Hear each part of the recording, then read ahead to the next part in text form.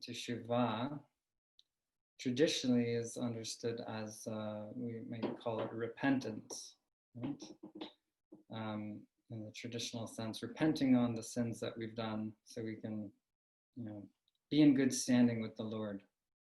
When we look at it another way, we can see from the word teshuvah is the word itself means to return. So I want to ask you already, I should have said we're gonna have some good discussion, and we might break into triads, and we'll do some conversing, so it's going to be interactive. So I want to ask you already, when you think about Rosh Hashanah and you think about doing teshuvah and you think about it in terms of return, what comes to mind? Return to what? What's your feeling of this idea of returning? Yeah, Robin. Well, returning to where your heart is. And what moves you? Beautiful. Thank you. Yeah. Anyone else? Judy, you gotta, yeah.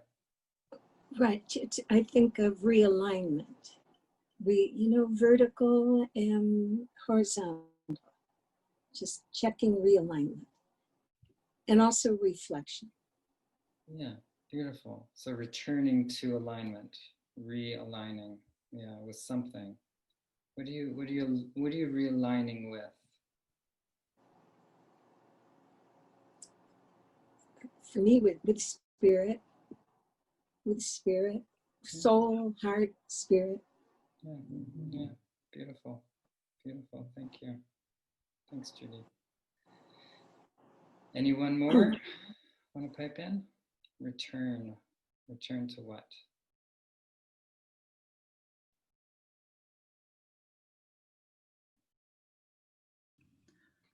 I think of, I feel like it's just my own words for what other people have already said, but returning to self, and all the things that come along with that, but a sense of getting right with myself and what do I need to.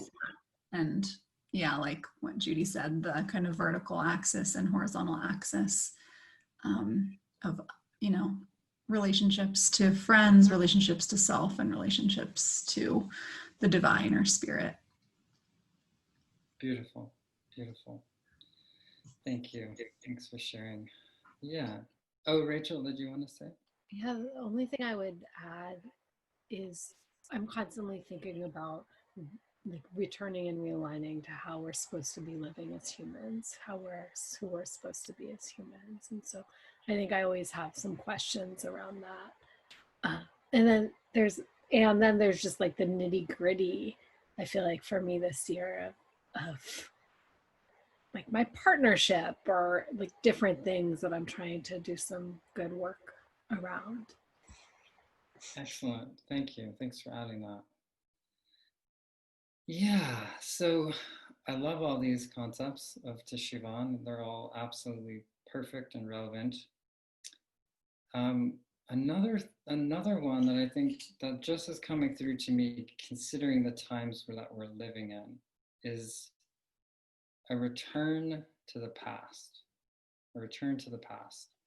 Right? So in the sort of traditional sense, when we're thinking about repentance, we're thinking about looking back on what we've done wrong, quote unquote wrong, so that we can do better, or where we've not lived up to our personal expectations and where we can do better in this year ahead. So when we want a new year and a new life, a new self, we have to look back and attend to the past in order to create the new future that we're looking forward to, right? So really take that in. And in order to create that new future, we must look back and attend to the past. And so I want to say for this class, we're going to look at two main lines of looking in attending to the past, of returning to the past. So we're going to look at a personal, and we're going to look at a collective. And Rachel, you already kind of pointed that collective, like how do we align with how we're supposed to show up as human beings? So we're going to start in that domain, actually, in the collective, and we're going to just really just come clean with the present reality that we're currently faced with. And I'm sure that I'll get agreement from everyone here that things are pretty messed up right now. And I think that, you know, this COVID reality and Black Lives Matters movement has really exposed a lot of this undercurrents that we've not been attending to. Things from the past that we've not attended to, which have created the messed up reality that we're currently living in. Does that make sense? Yeah. So that not attending to the past really creates what I call like a cultural pathology, and it creates a toxicity in the soil. And if we want to plant something new, if we want to create a new world, we want to plant a new garden to live in together, we have to address the toxicity in the soil. We have to address the events from the past that have created the current toxicity that we're living in.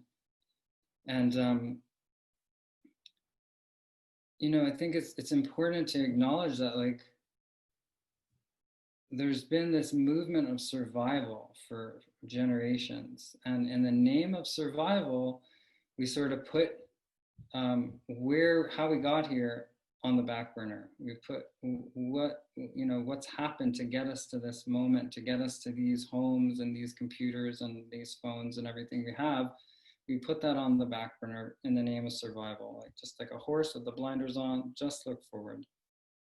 And our Jewish wisdom, I would say, has built into its system this process of teshuvah, of actually returning to the past to see how we got here. So returning to the past and attending to the past in order to manifest, to actualize the visions that we have for the future that we want. And in order to do that, like, you know, Judy said, reflection. We have to reflect. We really need to reflect on how I got here, how you got here, and how we got here as a culture.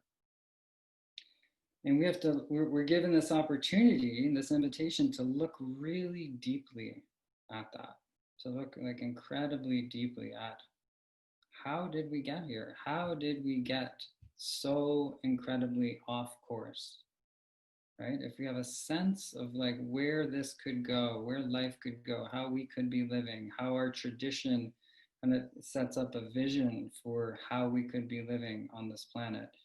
And we have to look at how did we get so incredibly off course?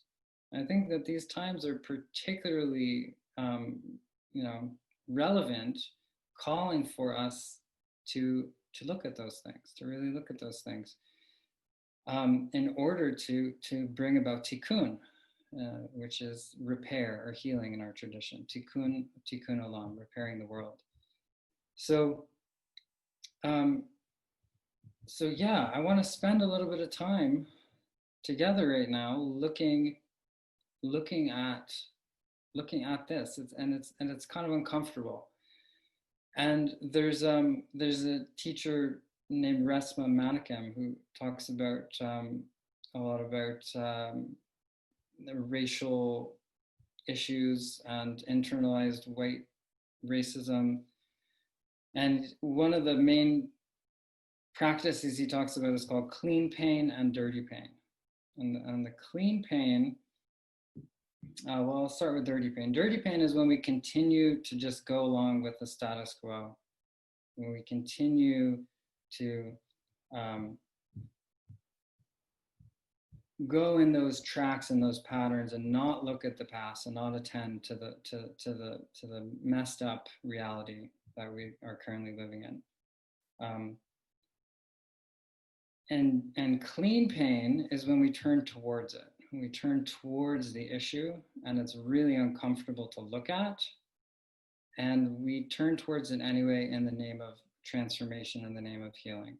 So just think about that. It's really relevant for relationships, like when you're in a relational pattern, and like you get into the same pattern with your partner all the time, and you know that you should pull back. You know you should just stop and create space and create a new possibility.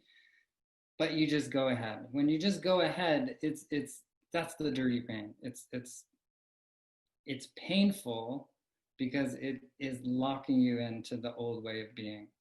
But when you pull back and you say, you know what? No, I'm not going to play this game anymore. I'm not going to just keep going on the same pattern. I'm going to do something different.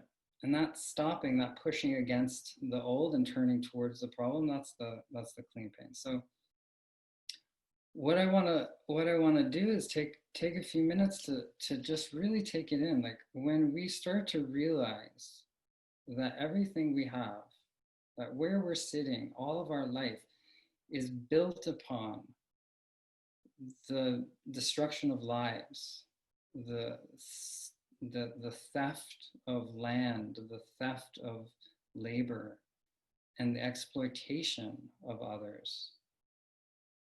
Like when we really like sit with that and let that in, and we realize that actually the foundations of our culture are built upon these things, and that because of that, there's like a reservoir of unmetabolized grief and unmetabolized trauma underneath the soil, right? In the soil, the air we breathe that we're not attending to, we're not paying attention to. When we stop and we realize that, and we realize that we want to create a new future, but in order to do that, we must attend to this reality, like, and take action. Like what do we see that must be done? What do we see is our responsibility? You hear responsibility, and it's the ability to respond.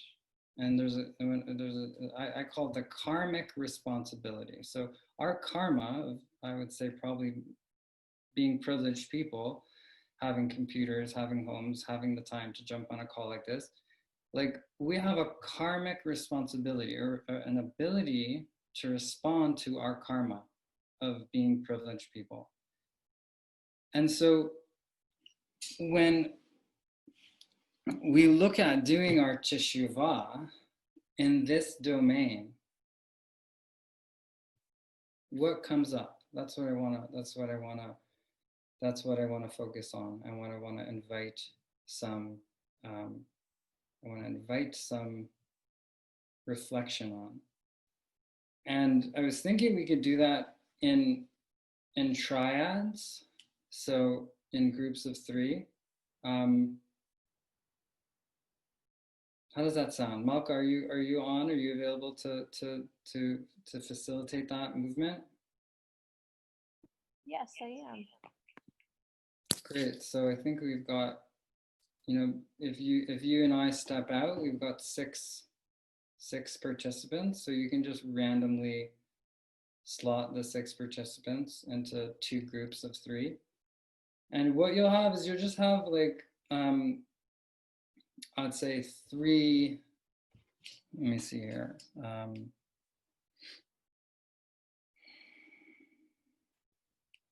Yeah, let's say 4 minutes.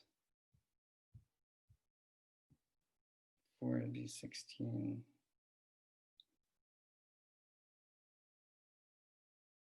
Yeah, why don't we say 4 minutes each to just kind of reflect on the prompt of like, what's my personal responsibility, or what's my personal part in facing and making teshuvah on this cultural reality, in this cultural paradigm that we're looking at.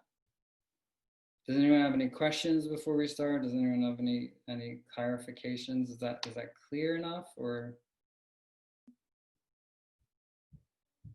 How many minutes did you want us to break out for? I want to break out for, well, let's just say 3 minutes each. Why don't we do that? We'll do 3 minutes each. So about 10 minutes we'll do. So leave like a minute for reflection, but we'll say 10 minutes, 3 minutes each to share on what might be my personal teshuva work in this collective domain, in the collective domain of attending to the past and how I got where I am in my life in relation to the past. Is that clear enough, or do we need any more clarification? That's clear? I guess if you're not clear, well, then someone else let them go first and they'll give you an example, and then you can use that as an example to kind of take off from. How was that experience for everybody? Yeah? Positive? Thumbs up? Great. Anyone feel called to kind of harvest and bring out something from the group that feels, juicy to share?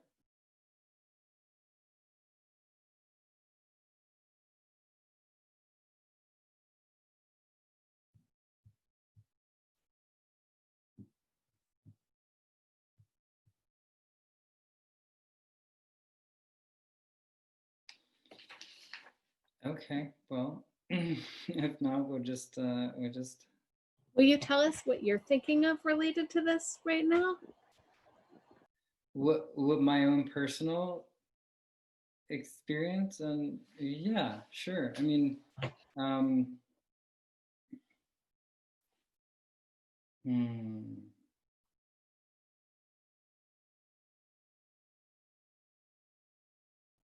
well, I'll give you an example. So when the pandemic hit and I was feeling into more of what's happening in the world, it really just it's like I think the pandemic really broke open the interconnectedness of the planet, right? Like we started to feel like, oh wow, like we're on a planet, we're all connected somehow, right?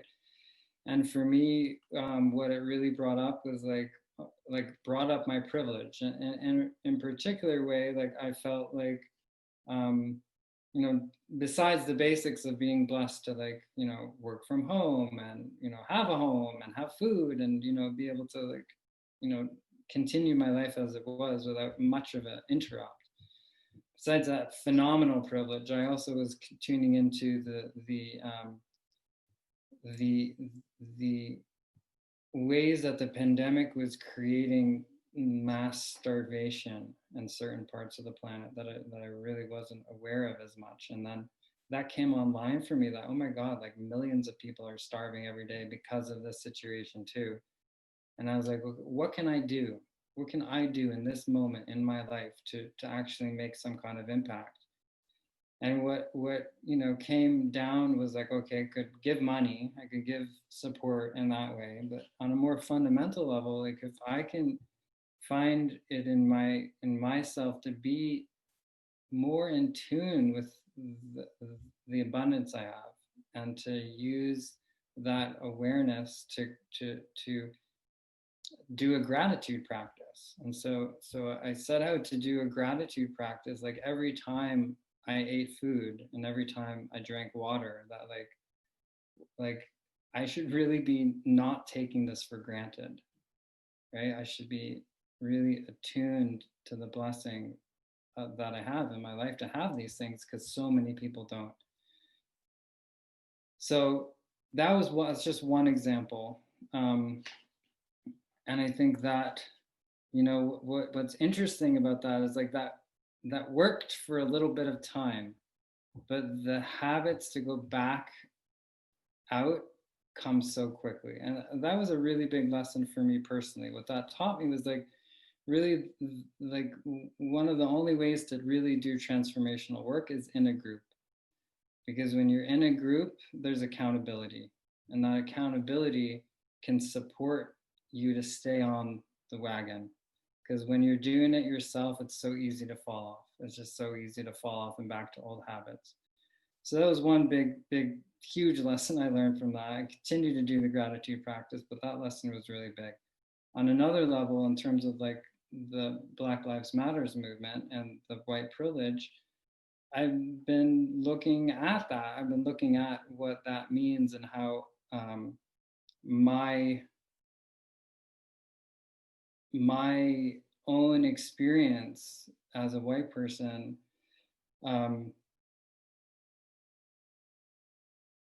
I don't look at. It's another thing I take for granted, right? I take that I'm white and that I'm a male too, throw that in for granted, and how that not being those things has a major impact. And looking at my own internalized racism on deeper levels, and looking at all of the injustices collectively that that got me to where I am, right? I think just like feeling into that and wanting to make some kind of repair by attending to the past. And so this class is even an expression of that, right? It's like bringing this to the collective to be discussed, to be looked at, right? To look at these things so we can start to try and take some of that toxicity out of the soil to build the life we want to live. So I'm looking a lot at privilege these days, and I'm looking at like what is like I said, the karmic responsibility of being a privileged person, being a privileged white person. What is your actual karmic responsibility? So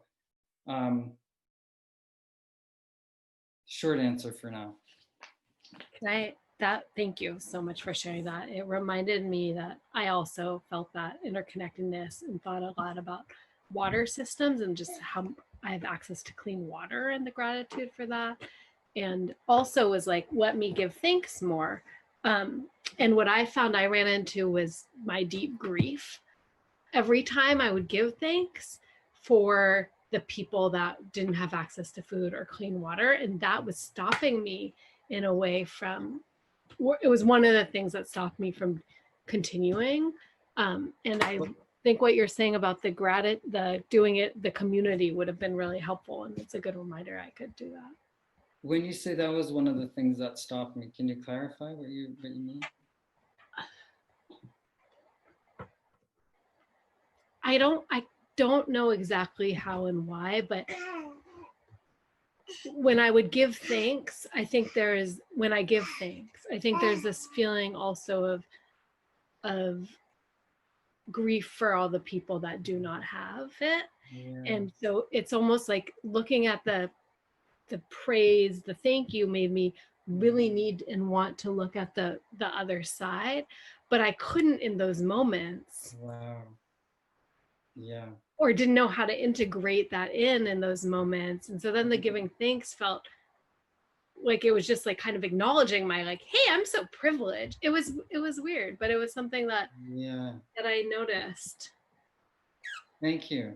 Yeah, that's so real. Yeah, and that actually perfectly drops me into the next short bit before we move to personal self-teshuvah, which is this teaching that Francis Weller that really has been sticking with me. And Francis Weller is a master in the realms of grief and praise and gratitude.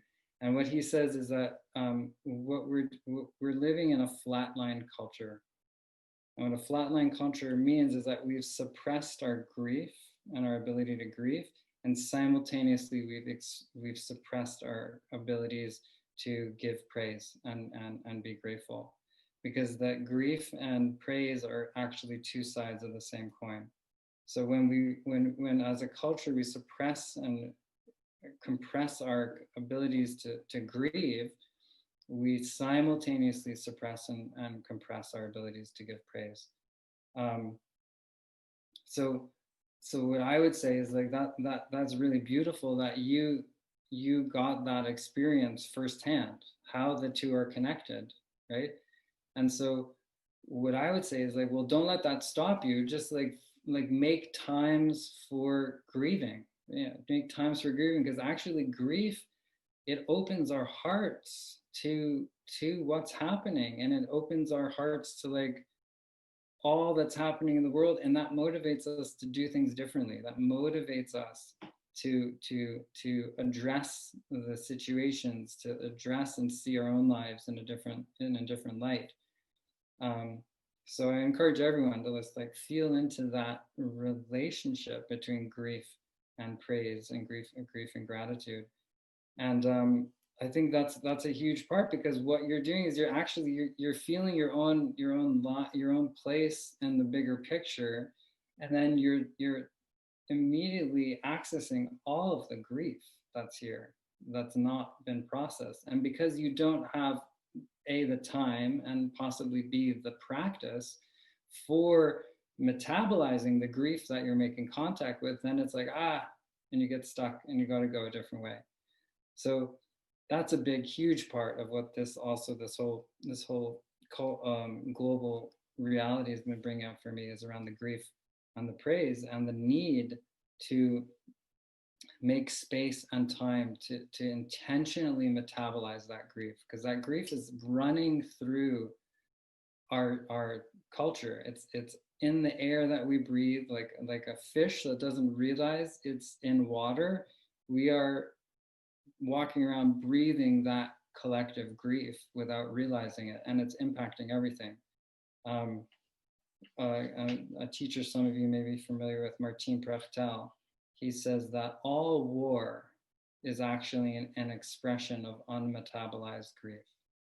All war is an expression of unmetabolized grief. And that's how grief comes out. It comes out in anger, it comes out in rage, it comes out in violence, when it's not metabolized, when it's not moved in a healthy way. So thank you for bringing that in. So yeah, we'll switch over to personal. We just looked at kind of the collective teshuvah of attending to the past. Now we'll look at the personal attending to the past, the self teshuvah. And so I'll give you, just like we looked at the collective cultural toxic soil that we're trying to build a new life in, I'll invite you to switch the lens over to like, what is the personal toxic soil? What is the personal toxic soil? Like you, I'm sure, have some sort of vision for yourself, for your life, that's connected with your heart and your soul, right? That you're trying to realign to, you're trying to return to. What's in the way of that, right? What's the toxicity in your own life, in your own soil, that you're trying to plant a new life and a new year in? And I see some of you have babies. I've got 2 kids. I've got a almost 2-year-old and a 4-year-old upstairs. So you got your hands full, and I honor that. Other folks, if you want to grab a piece of paper and a pencil or a pen, just take I don't know, 3 minutes, and if you can't write, then just reflect internally for the moment. Like, just reflect on that. Like, what keeps you currently from actualizing the life vision for yourself that you know in your heart and soul is possible?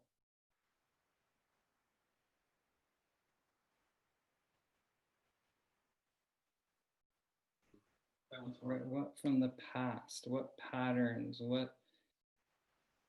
What's in there, in that soil, that keeps you from actualizing that life? And just take a few moments to reflect on that.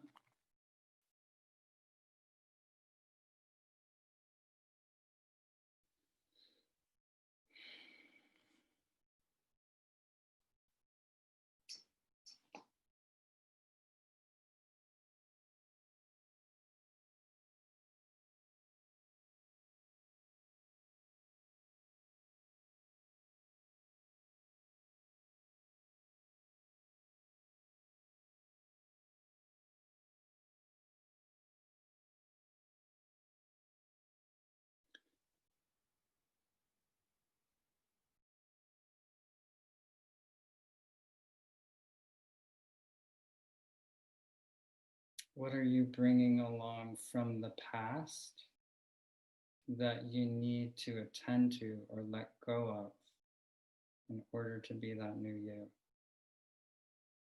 What keeps following you year after year?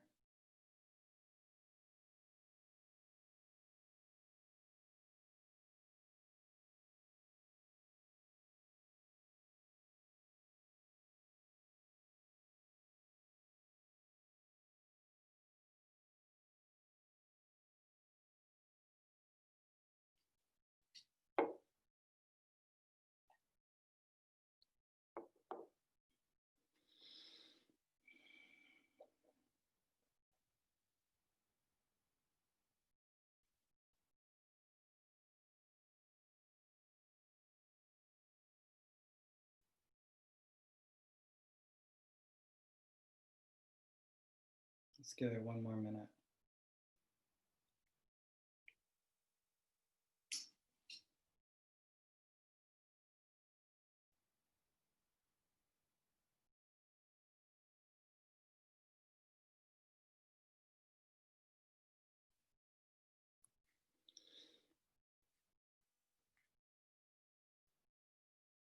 Okay. Well, you can continue writing on this a bit later, or reflecting on it a bit later.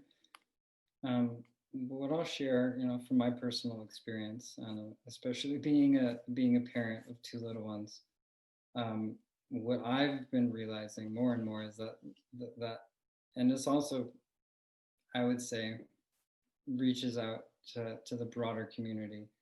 That one of the toxicities in my soil, of the things that are keeping me from actualizing the vision I have for my life, is a lack of embodiment. Lack of embodiment and a lack of presence. It's just always comes back to that. Always comes back to that. And when I've been, and my wife and I, we've been working on this, and whenever Elul comes around, we always get back on the wagon, so to speak, to see and look at our addictions, and what are the things we do that are eating up our time and are disconnecting us. And this year the biggest theme is screen addiction.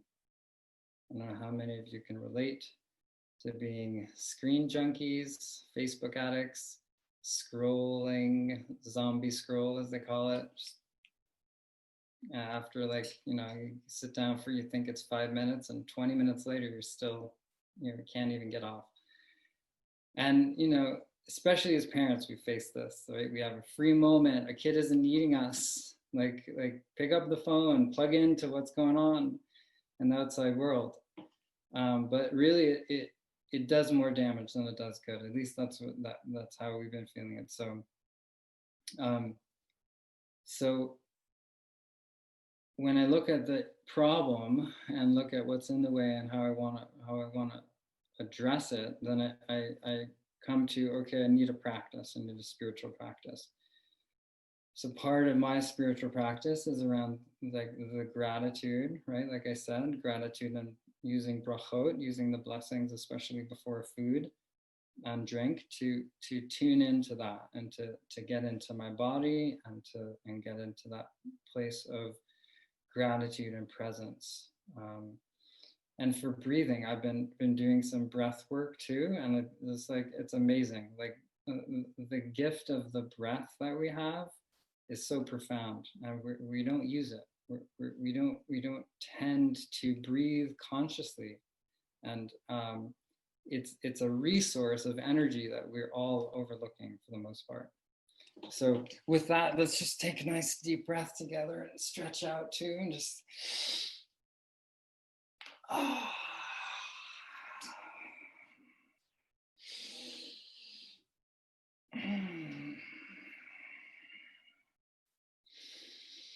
And in the Eastern traditions, the breath is prana, right? It's life force. So just, and especially folks are in California, I'm in Canada, and we've had a little smoke in the air, but just prayers going out to you who are in California with the fires, and you're probably more aware of the breath and aware of breathing clean air, and maybe more aware of the gift of having clean air and the challenge of not having clean air. So I want to invite you to just really take that in and reflect on that, gift of clean air and of the breath, because it's such a powerful recentering device and practice. So gratitude, brachot, blessings, embodiment, yoga, breath work, and then we've been doing a screen challenge. And my wife and I are doing a 40-day screen challenge where we're not using screens at night. So after the kids are in bed, where we used to just kind of plop down on the couch and start scrolling, now it's like, okay, no screen. Let's just see what happens. Let's see how can we connect to our bodies, ourselves, and each other in a more nourishing way, rather than just like getting into that zone and getting like sucked, the life force sucked out of us.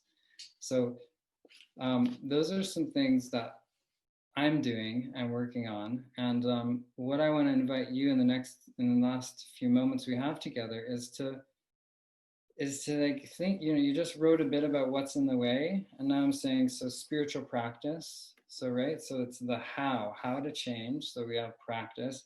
Now I invite you to think about your practice and also about setting yourself a challenge.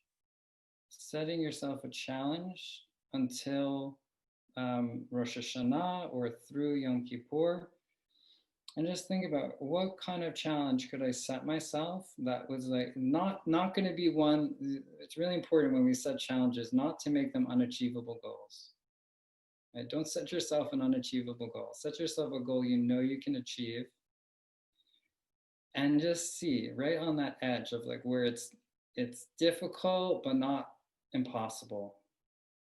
And just take a few moments now to reflect, like what kind of challenge could I set? How can I use this time of Elul and the high holidays for my own transformation? What can I cut out or incorporate, right? Pull out of the soil or put in the soil to change.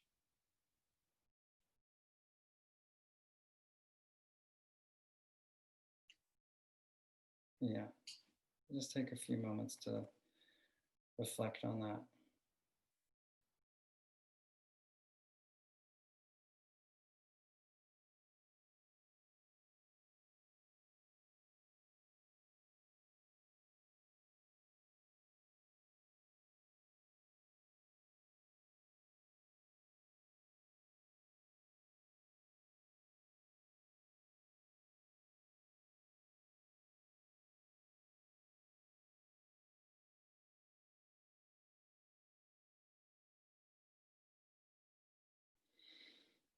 Yeah, the screen challenge is amazing. I really, really invite it, encourage it. It's quite profound.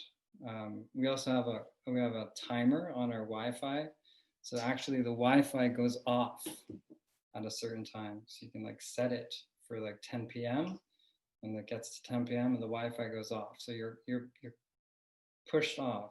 Yeah, it's another really great tool for the addict who can't put it down. Someone puts it down for you. Use the tools. That's good. So anyone feel called to kind of share if they got something something juicy that came in terms of like what you might want to do when we share our challenges, our practices that can give moral support and also inspire others. So does anyone want to share something that they came up with?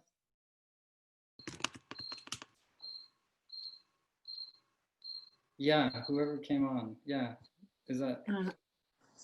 I have a small one that I already started to challenge myself with through another group, but it's a small example of what can be done.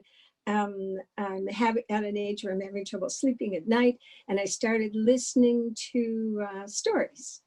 so I'm not going around about my own thoughts. I'm listening to the stories, which was a great idea initially, but it has become a crutch. And I notice there is a way in which my brain is feeling too busy. It has come to my attention that my brain needs the silence at night. So my challenge is that I'm going to sleep with spiritual practice, with gratitude, with relaxing, getting into my body with relaxing, the usual things that people do. And I'm just taking it as a challenge. It had to do with studying a Musar Midah of impatience. So it's really impatient that I can't fall asleep. And so to let go of the impatience and to relax into it. Beautiful. Beautiful. And it's helping. It's very, awesome. I feel much calmer. Awesome. Thanks, Judy. Robin, did you have something? Yeah, but I'm scared to say it. Okay. It's to follow a routine, to get up at one time, to eat breakfast, do an activity, eat lunch, do another activity, just and to be clear that I'm making these shifts. It's kind of a big thing. A lot of times my days just flow into each other. Yeah. So And if it wasn't for my husband, I really wouldn't have, there wouldn't be any logic to it. But I need to organize what those things are and what spiritual practice, because I'm totally bouncing around from in a lot of different spiritual practices, which has been great. But it's like doing this now. I'm not sure. It's kind of mixing me. Yeah. So it sounds like I hear the longing for more structure and committing to a structure of a sequence of events through the day that hold you in that structure, so time doesn't just kind of melt away into the ethers of eternity, but there's like some structure to that. And I would, I encourage you to think about that more and set up an accountability buddy for it, and that hopefully could be your, your partner, your husband, to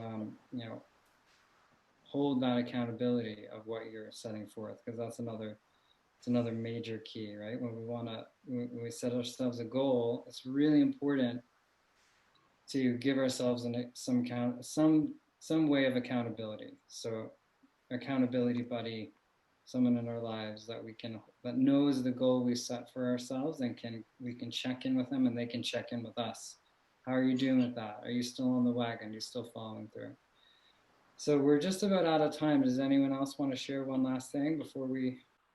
Can I say, I'm just going to say something aloud quickly, because I feel so challenged by the idea of a practice that I can keep. But I want to just say it aloud and try it, and try to be forgiving of myself in the ways that I do or don't do it, and just return to it. But when I have my first water in the morning, to give myself a moment to feel the grief of people not feeling the water, because that's a moment where I'm by myself usually, and usually I give thanks for the water, but it'd be nice to also just give myself a moment for the grief. Thanks, Rachel. Thanks everyone for showing up. Yeah. You can find out more about me at gavrielstrauss.com, which is my my website. And I do a free 30-minute intro call for people who are interested in doing personal counseling with me. I do spiritual counseling, relationship coaching, and mentoring, and what I call Path of Tikkun, Jewish spiritual practice. So if you're interested in any of those things, gavrielstrauss.com or gavrielstrauss@gmail.com. You can send me an email, and happy to to get on a call with you, free 30 minutes to check in and see if it could be a good fit to do work together. So yeah, and those of you on the recording, that goes for you too. And wishing you all a beautiful rest of your Elul, contemplative, reflective, and just, yeah, seeing this world and where you are in it and what you can do to do your part to bring about a more beautiful world that I'm sure you all feel in your hearts and souls as possible. And I know we can do it, and we can do it together. We got to get it together, as Reb Zalman used to say. That's all we got. So bless you all on your path, and hope to connect with you soon. My heart to yours. Be well.